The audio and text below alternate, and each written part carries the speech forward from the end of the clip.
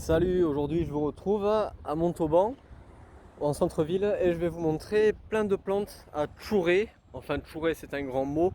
Disons qu'on va faire fructifier le capital plante de la ville, car en fait il y a plein de plantes qu'on peut multiplier très facilement par semis, par bouture. La méthode pour les boutures et les semis sera très simple, c'est toujours la même. On se sert d'une jardinière qu'on remplit de sable à l'automne et dans laquelle on met les graines ou les boutures. Allez, c'est parti. Alors vous allez me dire, pourquoi chourer des plantes en ville alors qu'on peut les avoir en jardinerie? Déjà en jardinerie, en général c'est de la merde, ça pousse mal. Et puis ensuite quand on veut des gros volumes, ça coûte vite cher. Donc moi je sais que perso, quand j'étais plus jeune, je passais par des lubies avec les plantes, genre, je sais pas, j'avais des phases sur certaines plantes, genre le romarin, et puis d'un coup c'était, oh putain, le romarin, le romarin, le romarin. J'en voulais plein partout, j'en voulais des tonnes. Ça fait que bon, je vais pas claquer 10 balles par pièce pour des romarins en jardinerie.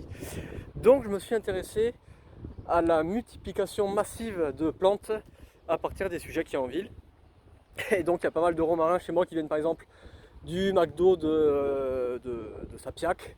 Le rond-point de Sapiac, là pareil, on va voir. C'est vraiment un truc bien stylé, il y a plein de plantes à choper. Et voilà. Et puis c'est quand même autre chose en termes d'histoire, en termes de romantisme, de chourer des plantes en ville et de dire ce Perovska il vient du rond-point, que de dire je l'ai acheté dans une jardinerie. Naze, naze. Ok, on arrive au rond-point, donc je vais vous montrer un peu ce qu'il y a là-dessus. Et on va aller carrément sur le rond-point, puisque de toute façon, en fait je me sens chez moi. J'ai déjà fait des boutures devant les bagnoles qui passent, donc j'en ai un peu rien à foutre.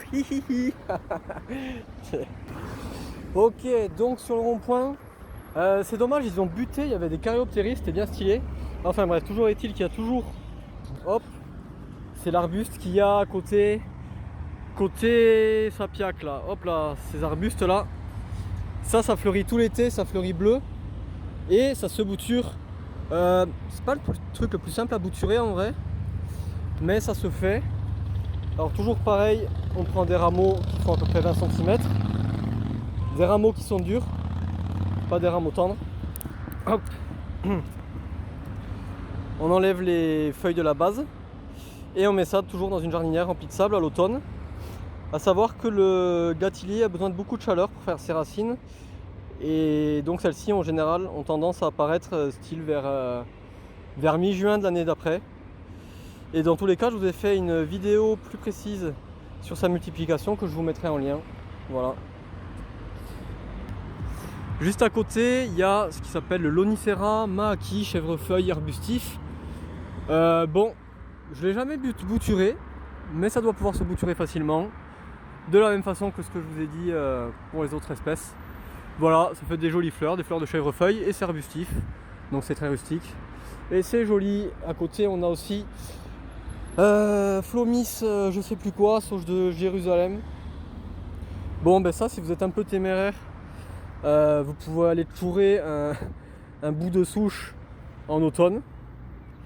Je pense que ça doit pouvoir se multiplier, mais j'avoue là, on touche à mes limites. Il y en a aussi un rose. Hop là. Et voilà, donc ça c'est une jolie plante à massif, très intéressante. Et puis donc juste à côté des Phlomis, on a toujours les Perovskia qui sont plantés partout. Donc voilà, vous avez le choix pour les boutures, vous pouvez en prendre ici, vous pouvez en prendre à Leclerc. C'est pareil. Alors là, je suis sur le parking de Leclerc à Sapiac. Et il y a déjà sur le parking un arbre qui s'appelle le micocoulier, voilà, qui a des feuilles comme ceci. Bon, à part ça, rien de particulier, mais il est très simple à multiplier par semis des graines en récupérant les fruits qui sont là, hop. Bon là, c'est un truc de l'année dernière, mais à l'intérieur, il y a une graine. Le mieux, c'est de récupérer des fruits de l'année, donc on les récupère à l'automne, en novembre-décembre, et après on les met dans une jardinière remplie de sable. Et ensuite ça germe au printemps. Donc là c'est un moyen très simple d'avoir un arbre qui pousse relativement vite. Mais que vois-je justement? Un semis spontané de micocoulier, voilà. Comme quoi ça se sème très facilement. Lui il a dû germer tout seul. Après, il y a deux plantes qu'on trouve un peu partout en ville qui se multiplient hyper facilement. C'est le romarin et le perovskaya. Le perovskaya, c'est un genre de grosse lavande qui fleurit tout l'été. Les deux se multiplient par bouture. Le romarin, on peut faire ça tout simplement dans un verre d'eau au printemps avec des jeunes pousses, je vais vous montrer. Et le perovskaya, lui, se bouture dans une jardinière remplie de sable à l'automne. Donc voilà, là on est devant l'entrée et il y a tous les massifs je sais pas là, d'arbustes, etc. qui sont bien taillés tous les ans par des paysagistes. Et voilà les romarins. Romarin, c'est très simple au printemps, hop, on prend une tige comme ça, tchac, petite tige, bon, il n'en faut qu'une, voilà, j'enlève les feuilles sur toute la partie basse, comme ça, et ensuite ça va faire des racines une fois qu'on le met dans un verre d'eau. Moi je me sers d'une bouturette, c'est un petit dispositif qui pulvérise de l'eau sur les racines, et voilà, ça marche très bien.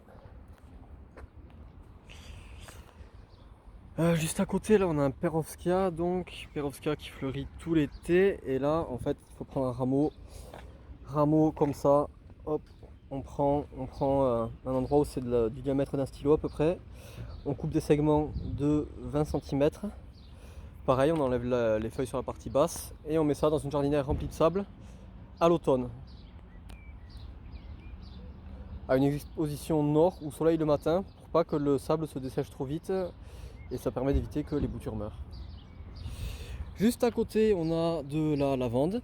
La lavande, c'est exactement le même procédé. On prend des rameaux assez épais, du genre de là, je peux pas trop vous montrer, mais il faut prendre des rameaux.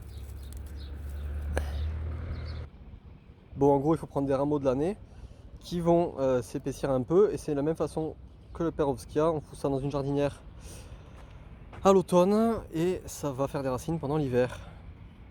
Ok, toujours sur le parking de Leclerc, donc il y a des poiriers d'ornement. Donc le poirier, comme tous les fruitiers à pépins, c'est très simple, il suffit de récupérer les fruits une fois qu'ils sont mûrs. Donc bon, là c'est pas mûr, mais je suppose que c'est mûr en septembre, un peu comme les poires classiques. Il suffit de récupérer les pépins, toujours pareil, une jardinière, du sable, exposition nord ou soleil au matin. Et on attend, et au printemps ça germe. L'intérêt des poiriers et des pommiers issus de semis, c'est que ça pousse super vite. Donc si vous voulez faire une haie, ça sert à rien de s'emmerder à aller en pépi acheter des photinia quoi. Vous récupérez des graines en ville, vous faites votre petite pépi à partir d'une jardinière. Après la jardinière, les semis, vous les repiquez pas dans des pots, plutôt en pleine terre, vous faites un petit carré d'1 mètre carré. Vous les élevez 1 an et puis vous les plantez en placement définitif. Et puis ça fait des arbres qui poussent du feu de Dieu, qui poussent à 100 à l'heure. Et puis ça fait une haie qui s'intègre un peu au paysage. C'est mieux que les photinnières rouge fluo à la con quoi. Voilà. Ok, du coup j'ai un peu fait le tour de ce que je peux vous montrer à Sapiac. Maintenant on va aller au jardin des plantes. Ok, donc je viens de faire un petit tour là dans le parc. Et comme dans tous les parcs en ville, il y a plein de semis d'arbres spontanés que l'on peut récupérer facilement. Moi je me rappelle dans le parc Roche-du d'Albi, j'avais récupéré des érables que j'ai plantés dans des haies. Maintenant ils font, ça fait 4 ans et ils font, je sais pas, ils font 3 mètres. Donc voilà, c'est intéressant pour ça les parcs en ville, pour récupérer des arbres qui sont semés tout seuls et qui poussent très bien une fois qu'on les replante ailleurs. Donc très concrètement, il y a énormément de savonniers qui se renseignent spontanément. Savonnier, ça fleurit jaune en juillet et puis après ça fait des petits fruits dans une enveloppe. Et concrètement ça ressemble à ça. Voilà, ça c'est le feuillage du savonnier. On est à côté des toilettes publiques. Et voilà, il suffit de bien connaître les feuilles. Et il y en a partout, partout, partout. C'est un arbre mellifère très intéressant pour les abeilles car il fleurit en période creuse. Et qu'est-ce qu'il y a ici? Là, ça c'est, je pense que c'est un orme. Là, il y a du mycocoulier, on dirait. Donc voilà, juste sur 1 mètre carré. Allez, là derrière, il y a bébé savonnier. Hop, et là, ça là, il suffit de le prendre. Tchac. Ah merde, bon, je l'ai coupé le pauvre. Oh, il est inarrachable le con. Bon, faut choisir un peu quand même. Alors, Voyons voir ce baby orme. Arc. Bon, c'est mieux avec une pelle quand même, je pense. Hein. Petite pelle qu'il faudra mettre dans le sac à dos, mais de toute façon, il y en a plein. Au pire, si ça pète, ça fait rien. Moi, je me souviens quand j'avais toujours des bébés arbres dans le parc à Albi, j'en avais pété plein. Mais il y en a tellement, t'en fous en fait. T'en pètes un, t'arraches le suivant et puis tu finis forcément par en avoir. Un autre arbre qui se ressème spontanément en ville, c'est l'arbre de Judée qui fleurit mauve au printemps avant l'apparition des feuilles et qui est très joli. Et là par exemple, hop, un bébé arbre de Judée. Bon, en général, ils ont été coupés et recoupés, ils ont une souche énorme donc c'est pas facile à arracher. Voyons voir, faisons l'essai. On voit qu'il a déjà été taillé. Je parie que ça va être inarrachable. Oh, peut-être moyen. Bon non, c'est énorme. Faut avoir de la chance pour l'arbre de Judée quand même. Alors j'arrive au sommet des escaliers du jardin des plantes. Et là, c'est le gros jackpot avec les vivaces. Vous allez voir, c'est hyper facile. Alors, qu'est-ce qu'on a? Il y a des astères. Donc les astères, ça fait des touffes. Et il suffit d'arracher un bout de tige avec des racines. Parce que ça a tendance à se propager comme ça en fait. Voilà, je tire sur une tige. Hop, putain, des racines. Voilà, tadam, une fleur qui fleurit à l'automne, gratos. Et on détruit rien en fait, hein, parce que là, concrètement, ça se voit pas. C'est juste à l'angle là, où il y a les, où il y a les compteurs électriques. Et il y a deux variétés. Là, il y en a une petite, et là, il y en a une plus haute. Et la plus haute, c'est pareil. Voyons voir. Hop là. Tadam! Voilà, il n'y a plus qu'à planter. Il y a aussi de l'Achillée millefeuille. L'Achillée millefeuille, c'est pareil. Hop, on tire. Voilà, un petit peu de racines. Il faudra couper la tige pour équilibrer. Hop. Voilà, donc un principe simple. Quand on arrache un fragment de plante avec très peu de racines, on diminue la partie aérienne également pour que ce soit équilibré. C'est un peu comme si il fallait équilibrer le poids du corps avec la force des jambes. Si vous faites 90 kg et que vous avez des jambes toutes frêles, vous n'allez pas pouvoir vous supporter. La plante, c'est pareil. À côté, il y a aussi du Buddleia qui fleurit l'été et qui se bouture de la même façon que les plantes que j'ai citées précédemment. Donc voilà, on coupe un rameau d'une vingtaine de centimètres, diamètre d'un stylo à peu près, et on fout dans une jardinière à l'automne. Il y a aussi des anémones. Hop, anémones, ça fait comme les astères. Là, vous voyez, une souche. Et là, je vais arracher. Tadam! Des racines. Et hop, c'est gratos. Et puis, il y a aussi un gâtillier. Hop! Voilà, il y a des gâtilliers qui sont juste ici. Juste à l'angle. Donc, c'est la même plante que sur le rond-point de Sapiac. Juste en bas des escaliers, il y a aussi un chèvrefeuille d'hiver, l'Onicera fragrantissima, qui fleurit en plein hiver, donc comme son nom l'indique, et qui se bouture hyper facilement à partir de rameaux, de branches comme ça. Voilà. Ok, maintenant je suis sur l'allée de l'Empereur, chez où se tient le marché. Et là encore, on va voir qu'il y a quelques fleurs bien stylées. Il y a la verveine de Buenos Aires, qui est ici en début de floraison. Ça, il suffit de récupérer des fleurs fanées à l'automne, puis de les effriter pour les semer dans une terrine avec du terreau, quoi. Ça, c'est une super fleur d'ornement qui fleurit tout l'été et qui est hyper attractive pour les papillons. Juste à côté, en face de la... il y a la catère, hop là, l'herbe à chat. Donc ça, normalement, il y a moyen d'arracher aussi un petit bout de branche avec des racines. En fait, elle s'est propagée toute seule. Alors, je fais ça un peu comme un sauvage, mais si on s'applique un peu, il y a moyen de tirer plus de racines. Donc voilà, on a des racines. J'équilibre les parties aériennes parce qu'il n'y a pas beaucoup de racines.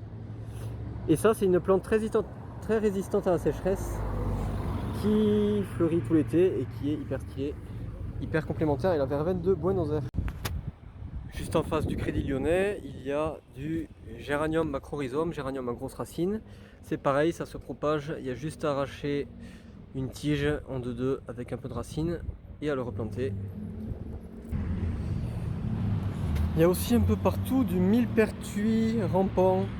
Voilà, un couvre-sol très résistant à la sécheresse qui fleurit jaune l'été, qui va pas tarder à fleurir d'ailleurs. Et là c'est pareil, c'est débile, hein, il y a juste à arracher. Hop. Bon, un peu moins sauvagement peut-être. Et voilà, bon là il n'y a pas énormément de racines. Mais toujours est-il que ça peut se multiplier très facilement comme ça en s'appliquant juste un petit peu plus. En face du Crédit Mutuel, il y a de la pervenche. La pervenche, c'est un couvre-sol également, mais que je conseille pas trop. C'est ça là, c'est le violet. Parce que ça a tendance à être envahissant. C'est très résistant, mais bon, ça peut être intéressant si on veut couvrir une zone de jardin délaissée ou éloignée quand on a un grand jardin. Et c'est pareil, comme le millepertuis, il suffit d'arracher un bout de tige avec des racines et en avant. On voit qu'il y a beaucoup de plantes comme ça, hein. Je sais pas combien j'en suis là, mais j'en ai au moins cité 5 ou 6 comme ça. Et on va voir qu'il y en a d'autres. Et il y a vraiment moyen de se faire un jardin gratos à Montauban. C'est hyper facile. Ok, maintenant on est devant la cathédrale, je crois. Et il y a devant un petit massif arbustif. Vous allez voir quelques trucs. Alors il y a de l'aquilée, il y en a deux sortes, on dirait. Il y en a une tapissante et une qui fait des fleurs. Regardez, j'arrache une tige. Hop, comme ça. Et j'ai pas de racines.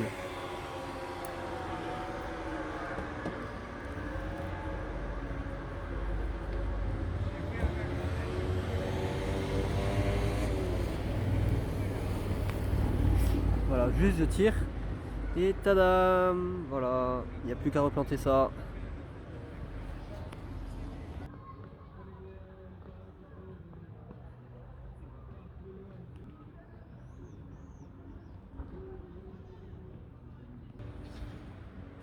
Alors, juste au pied là de la cathédrale, il y a un laurier et en bas il y a du thym luisant. Le thym luisant, j'ai déjà fait une vidéo pour vous montrer comment le multiplier, et comme il est tapissant, et ben ces tiges produisent des racines au fur et à mesure qu'ils se développent. Et c'est toujours pareil, il y a juste à tirer comme ça, racines, verdure et bamos. Hop.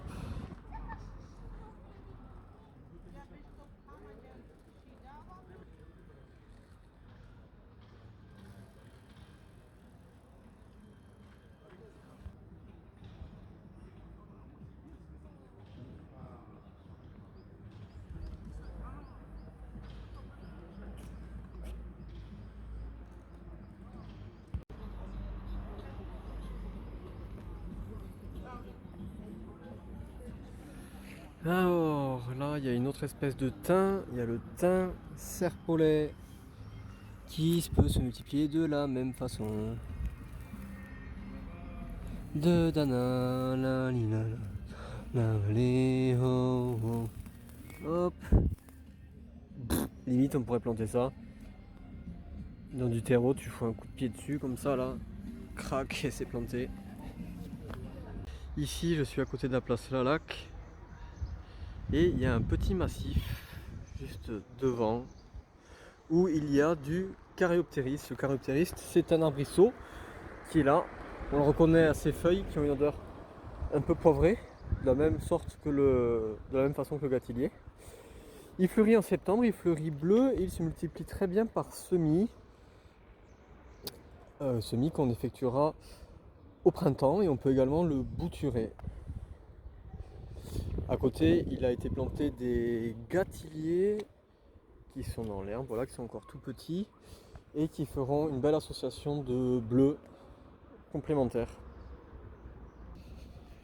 Ce qui est intéressant avec les plantes dont je parle, c'est que en fait c'est pas du vol, il n'y a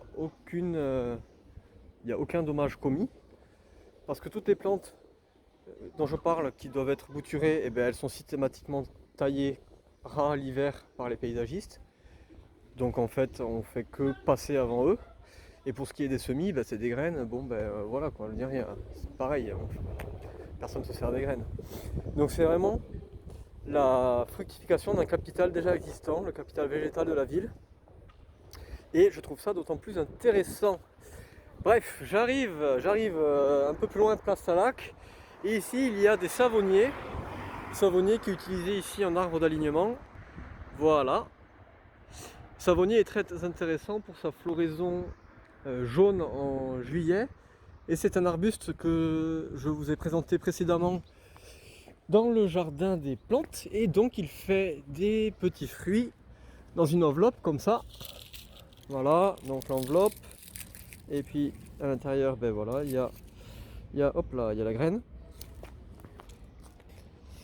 Alors pour multiplier le savonnier, ce qu'il faut faire, c'est qu'il faut récupérer les graines, et ces graines qu'on récupère à l'automne, environ en novembre, on les met dans un sachet zippé, type sachet congélation, avec du sable et un peu d'eau, vraiment un tout petit peu d'eau. Et on place ça ensuite au frigo. Il ne faut pas qu'il y ait trop d'eau qui condense, sinon les graines vont moisir. Alors je ne peux pas vous donner un dosage précis d'eau. Enfin bref, toujours est-il qu'on met les graines dans du sable avec un peu d'humidité pour effectuer ce qu'on appelle une stratification qui va lever la dormance de la graine. Donc le plus simple pour être sûr d'avoir un minimum de réussite, c'est d'en récolter un gros paquet, et comme ça se fait rapidement, et c'est très simple. Le savonnier pousse assez lentement au début quand il est jeune, mais passé les 2 premières années, il commence à envoyer. Et puis il a un intérêt, c'est qu'il est très résistant à la sécheresse. Pour les montalbanais, vous pouvez en voir un peu partout, et il y en a un merde, c'est quoi? C'est Beau Soleil, devant la cité là, il y en a un gros, mais je crois, enfin voilà, ouais.